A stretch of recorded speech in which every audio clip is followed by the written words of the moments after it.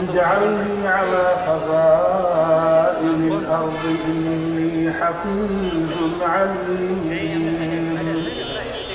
صدق الله مولانا العظيم قال رسول الله صلى الله عليه وسلم من قال لا إله إلا الله دخل الجنة أو كما قال النبي عليه الصلاة والسلام وصدق رسوله النبي الأمي الكريم ونحن على ذلك لمن الشاهدين والشاكرين ربنا تقبل منا إنك أنت السميع العليم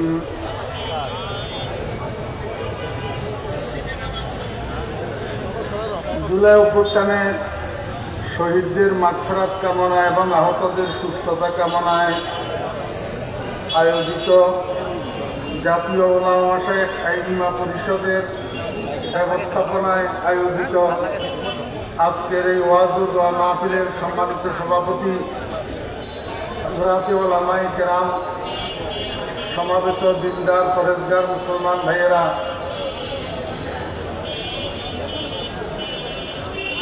মহান আল্লাহ রাব্বুল আলামিনের অপরিসীম দয়ার ইহসান আল্লাহ রাব্বুল আলামিন আমাদেরকে আজকের এই মহতী মাহফিলে অংশগ্রহণ করার জন্য তৌফিক দিয়েছেন। আপনারা অবগত আছেন আজকের এই মাহফিলের মধ্যমণি হযরত পীর সাহেব চরমনাই দামাত বরকাতুহুল আলিয়া এবং ইসলামী আন্দোলন বাংলাদেশের মুহতারাম নায়েবে আমির শেখে চরমনাই দামাত বরকাতুহুল আলিয়া উভয় আমাদের মধ্যে উপস্থিত আছেন। আপনারা ধৈর্য ধরে বসুন। হযরত জয় আপনাদের সামনে মূল্যবান নসিহত করবেন এবং পীর সাহেব চরমনাই দামাত বরকাতুহুম আখেরি মুনাজাত করবেন। আপনারা আশা করি হযরতের সাথে আখেরি মুনাজাতে অংশগ্রহণ না করে কেউ যাবেন না। মেহমান বেশি, এই জন্য সময় কম। আমাকে বলা হয়েছে 20 মিনিট আমার সময়, তা আমি অল্প সময় আপনাদেরকে একটু কথা বলবো। আসলে এটাকে তো ওয়াজ মাহফিল নাম দেওয়া হয়েছে। আমি একটা হাদিস শরীফ আপনাদের সামনে পাঠ করছি। রাসূল আকরাম সাল্লাল্লাহু আলাইহি ওয়াসাল্লাম ইরশাদ করেন, মান ক্বালা লা ইলাহা ইল্লাল্লাহ দাখালাল জান্নাহ। ওয়া ফি রিওয়ায়াতিন মান ক্বালা লা ইলাহা ইল্লাল্লাহ মুহতাসিবান বিকলবিহি দাখালাল জান্নাহ। ওয়া ফি রিওয়ায়াতিন মান কানা আখিরু কালামিহি লা ইলাহা ইল্লাল্লাহ দাখালাল জান্নাহ আও কামা ক্বালা আলাইহিস সালাতু ওয়াস সালাম। এই হাদিসগুলোর মর্ম অর্থ হলো, যে ব্যক্তি লা ইলাহা ইল্লাল্লাহ এই কথাটা বলে সে জান্নাতে যাবে। এখন লা ইলাহা ইল্লাল্লাহ বলার অর্থ কি? এই লা ইলাহা ইল্লাল্লাহ বলার অর্থ হল লা ইলাহা, কোনো মাবুদ নাই। লা ইলাহা অর্থ কি আপনাদের মনোযোগ আছে? লা ইলাহা অর্থ কি? কোনো মাবুদ নাই, কোনো উপাস্য নাই। লা মাহবুবা ইল্লাল্লাহ, কোনো বন্ধু নাই। লা ওয়ালিয়্যা ইল্লাল্লাহ, কোনো অভিভাবক নাই। আমি ঢাকাবাসীদেরকে জিজ্ঞেস করব, আপনি যদি কোনো পরিবারের কর্তা হইয়া থাকেন, আপনার পরিবারটা কার কথায় চলে? আপনার কথাই চলে না। আপনি যেহেতু পরিবারের কর্তা, আপনি যদি কোনো ব্যবসা প্রতিষ্ঠানের কর্তা হইয়া থাকেন, আপনার ব্যবসা প্রতিষ্ঠানটা কার কথায় চলে? আপনার কথাই চলে না। আপনি যদি কোনো রাজনৈতিক দলের প্রধান হইয়া থাকেন, চেয়ারম্যান হইয়া থাকেন, আপনার কথাই চলে না?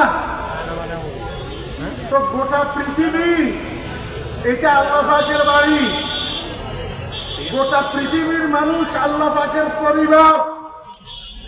যদি আপনার পরিবার আপনার কথাই চলে, পৃথিবীটা কার কথাই চলবে আপনি বলুন?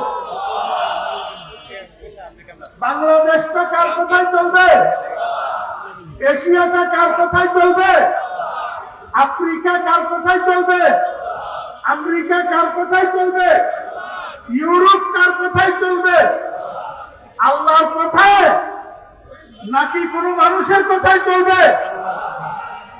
আমার ভাইরা মুসলমান, পৃথিবী আল্লাহ, চলবে আল্লাহর কথায়। পৃথিবী আল্লাহ, লেনিন কার্ল মার্কসের কথাই চলবে না।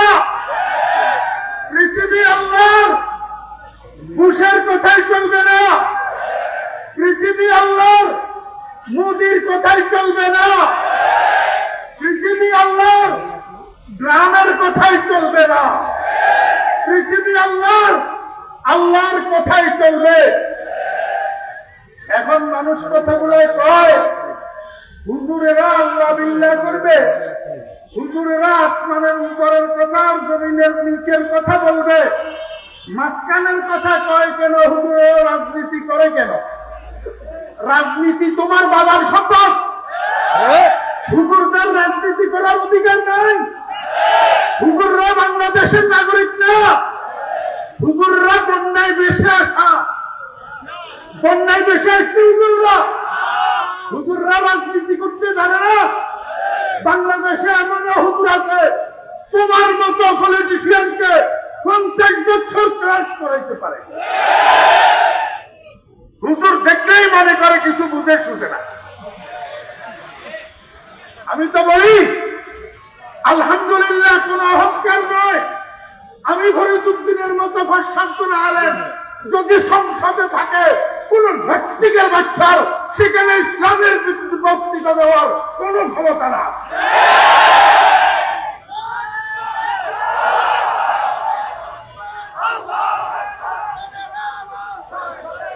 তুমি সংসদে প্রার্থী হতে পারবে, হুজুর সংসদে প্রার্থী হতে পারবে না। কিরে বেটা ফেরোনিয়া রে দুনিয়া, হালি সহ তো চারানা লাগিস না যে লোক, হালি সহ এখানি অত্যাচার করলে চারানা মূল্য হয় না। এমন মানুষ যোগ্য যোগ্য বিজ্ঞ বিজ্ঞ ওলামায়ে কেরামের বিরুদ্ধে ফেসবুকে কলম দেওয়া শরম নাই?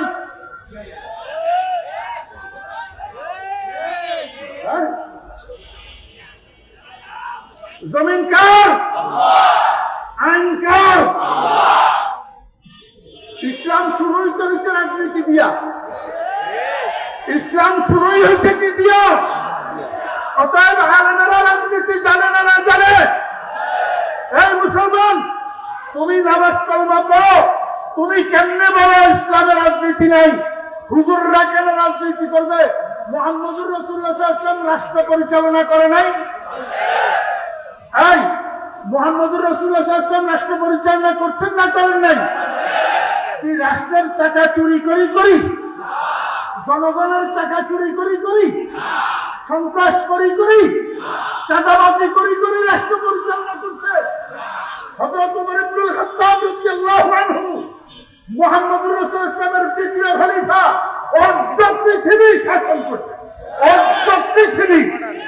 ইহুদি খ্রিস্টানের বাচ্চারা এখনো পর্যন্ত রাষ্ট্র পরিচালনার ক্ষেত্রে হযরত ওমর রাদিয়াল্লাহু আনহুর রাষ্ট্রনীতিকে অনুসরণ করিয়া রাষ্ট্র চালায়।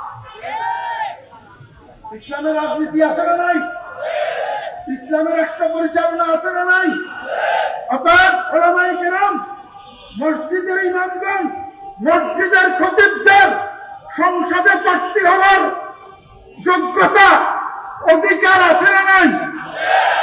লা ইলাহা লা ওয়ালিয়া ইল্লাল্লাহ, আল্লাহ ছাড়া আর কোন অভিভাবক নাই। আল্লাহ একমাত্র অভিভাবক। আল্লাহর জমিন আল্লাহর কথাই চলবে, আল্লাহর আইনে চলবে। মুসলমান ভাইয়েরা নামাজও পড়ে, রোজাও রাখে, হজ করে, যাকাত দেয়, ভোট দেওয়ার জন্য আসলে চোর কতগুলারে ভোট দেয়। 12 ভাই গৃহস্থ, 13 ভাই চোর, জায়গার নাম হারামখোর। এই জন্য আমাদের গতকাল আগারগাঁও পরিবেশ অধিদপ্তরে আমাদের একটা সমাবেশ ছিল। সেখানে বক্তব্যে আমি বলেছি, বাংলাদেশে যতগুলো মিনিস্ট্রি আছে সেই পুরাতন নামের আমি বলবো আরেকটা মিনিস্ট্রি নতুন করেন, নতুন মিনিস্ট্রি, সেটার নাম হবে কারেক্টর মিনিস্ট্রি। সেটার নাম কি হবে? কারেক্টর মিনিস্ট্রি, চরিত্র মন্ত্রণালয়। যতদিন পর্যন্ত এই জাতির চরিত্র ঠিক না হবে ততদিন পর্যন্ত এই জাতির শান্তি আসবে না।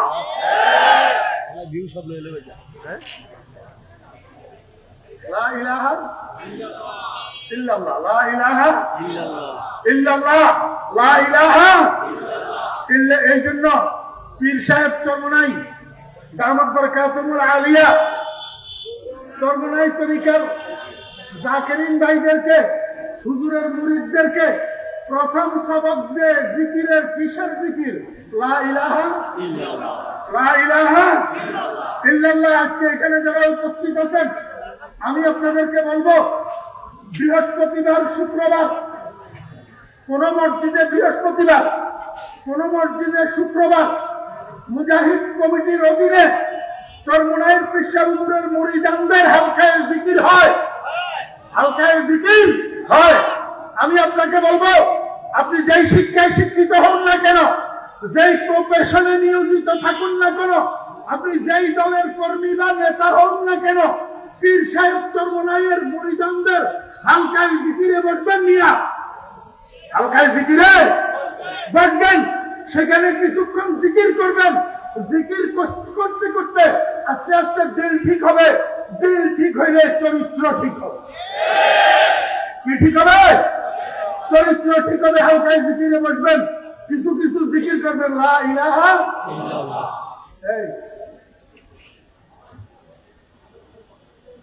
ক্ষমতার নেশায়, টাকার নেশায়, মালের নেশায় মুখে দিয়া কি কয় সেটা পর্যন্ত খেয়াল থাকে না।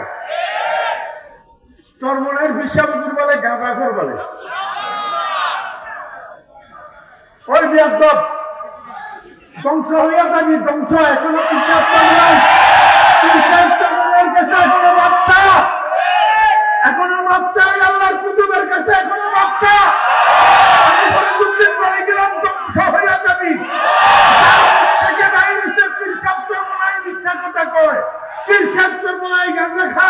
যার মুখ থেকে বাইর হইছে এখনো হুজুর জিন্দা আছে, মাত্রা নতুবা ধ্বংস হয়ে যাবে।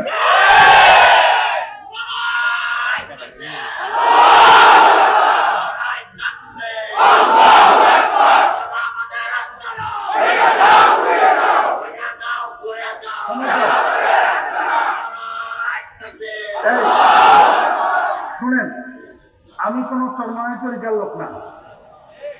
আপনারা জানেন আমি নানুপুরের খলিল, জি। কিন্তু আমি পীর সাহেব চরমনাই দামাত বরকাতুহুর সাথে একান্তে সময় কাটানোর আমার অনেক সুযোগ হয়েছে, আলহামদুলিল্লাহ। এই গত কয়েক মাস আগে আমাদের ছাগলডিঙ্গাতে হুজুরের মাহফিল ছিল। হুজুর রাত্রে আসি আমার মাদ্রাসায় অবস্থান করছেন। পরের দিন দুপুর 1টায় দুপুরের খানা পিনা খাইয়া আমাদের থেকে বিদায় নিয়ে আসছেন। আমি একান্তে অনেক জায়গায় অনেকবার বর্তমান পীর সাহেব হুজুরের সাথে বসার, কথা বলার, একান্তে হুজুরের সান্নিধ্য পাওয়ার আমার সুযোগ হয়েছে। আমি দেখছি এই মানুষটা মাদর জাতলি। এই মানুষটা কি? আমি অন্য কারো কথা বলতেছি না, পীর সাহেব চরমনাই বর্তমান হুজুরের কথা বলতেছি। হুজুর মাদর জাতলি, কোন সন্দেহ নাই, উনি আল্লাহর ওলি, কোন সন্দেহ। খবরদার বেয়াদবি করবে না, বেয়াদবির কিন্তু হরিনাম খারাপ। এই যে আমাদেরকে গালি দে, এতে আমরা নারাজ নাকি? কেন নারাজ না? মা শাখে দরখতে মে পুরাত মেওয়ায়ে তাওহীদ, মা শাখে দরখতে মে পুরাত মেওয়ায়ে তাওহীদ, হারা গুজারে সঙ্গে জনদারে নাদারে। রাস্তার পাশে বড়ই গাছ থাকলে বড়ই পাখি যদি লাল লাল হইয়া থাকে, যারা সেখান থেকে হাঁটে পথিকদের মুখে একটু একটু লালা আসেনি? একটু ডিল মারেনি বড়ই গাছে? একটু ডিল মারেনি? কোন গাছে ডিল মারে? যেই গাছে ফল থাকে, যেই গাছে ফল থাকে। আমরা আমাদের ওলামায়ে কেরাম, আমাদের বুজুর্গানে দিন, উনারা তাওহীদের ফলে ভরপুর। এই জন্য ওনাদের দিকে বাতিলের পক্ষ থেকে দিল আসা এটা কোনো বিস্তর কিছু নয়। এতে আমরা বিচলিত। আল্লাহ পাক আমাদেরকে তৌফিক দান করেন। আজকের মাহফিলের দ্বারা আপনাদের উপকার হলো না ক্ষতি হইল? একটু আপনাদের দেখেন, উপকার না ক্ষতি? লাভ হয়েছে না ক্ষতি হয়েছে? যদি লাভ হইয়া থাকে, আমি আপনাদেরকে এই লাভে অংশীদার করতে চাই। এই মাহফিলটার আয়োজনে অনেক টাকা খরচ হয়েছে। আপনারা সবাই এই মাহফিলের আয়োজনে একটু একটু অংশীদার হবেন। সবাই একটু পকেটে হাত দেন, 2 মিনিট পকেটে একটু সবাই হাত দেন। এই মাহফিল আয়োজনে সবাই আপনারা যেন অংশীদার হতে পারেন। মাঝখানে মাঝখানে যারা আমাদের ভাইরা আছেন আপনারা উঠেন। মাঝখান থেকে স্বেচ্ছাসেবক ভাইরা যারা পাশে আছেন আপনারা ভিতরে ঢুকেন। স্টেজে যারা আছেন ওনারাও একটু পকেটে হাত দিলে ভালো হবে। মাঝখান থেকে আমাদের ইসলামী আন্দোলনের কর্মী ভাইরা উঠেন না, উঠেন, হাতে হাতে নেন।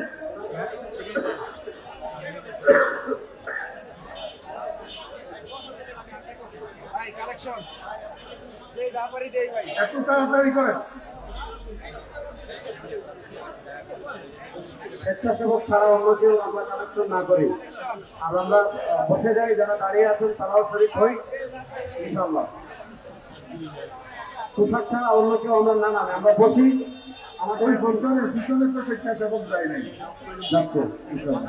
আমাদের ভাই হাবিবুল্লাহ আছেন, তিনি এখন বক্তৃতা রাখবেন। তারপর আমাদের কুয়াকাটা বয়ান পেশ করবেন। তারপর আমাদের মুফতি ফজলুল করিম শাইখে চরমনায় হাবিবুল্লাহ বয়ান করবেন। শেষে আমাদের বিশ্বাসের দোয়া করবেন ইনশাআল্লাহ। আপনারা শেষ পর্যন্ত থাকবেন তো ইনশাআল্লাহ? থাকবেন যেন আমার সাথে নারায়ে তাকবীর, এই হাত তুলে বলেন নারায়ে তাকবীর। তোমার নেতা আমার নেতা, তোমার নেতা আমার নেতা, আমরা সবাই রাসূল সেনা, আমরা সবাই রাসূল সেনা।